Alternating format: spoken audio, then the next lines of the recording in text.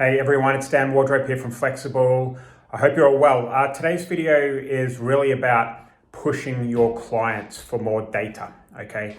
The reason I'm bringing this up is today we had an email from one of our biggest clients asking how the lead generation's going, and they were a bit concerned about their cost per client, I guess.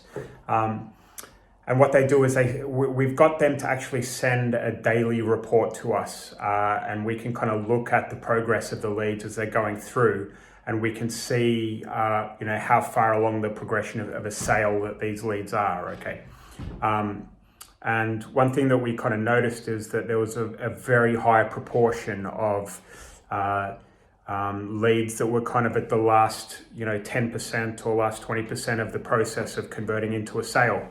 And unfortunately, when management looks at some of these reports, they won't notice that. They'll just look at the front page and they won't see that there's actually a big pipeline just coming through in the very near future. And unless you're able to get that data and you're able to kind of dissect it yourself within your agency, or if you're doing this by yourself as a freelancer or whatever, then you're going to lose clients because they just don't understand the big picture. So the first thing is to make sure that you get as much data and as much reports as you can, as many reports as you can from your client, and also make sure that they're very thorough with the way that they're filling out the details of of how far the potential client is, the potential prospect is along the lines of becoming a sold lead or a closed client.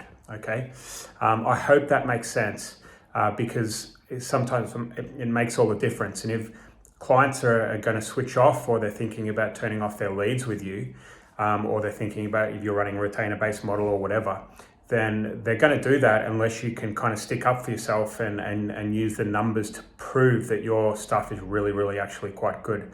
And what happened is I wrote an email back and said, yeah, like things are looking a bit slow this month, but have a look at these 17 leads that are just about to tip over. You're actually on the way to one of your best months in a very long time.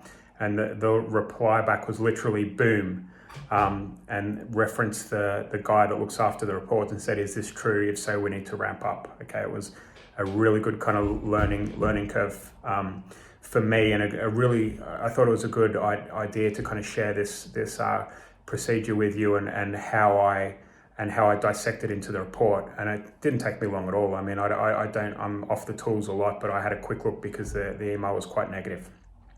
I hope that helps, guys. If you want more tips, then hit subscribe, and I guess I'll catch you next time. Bye-bye.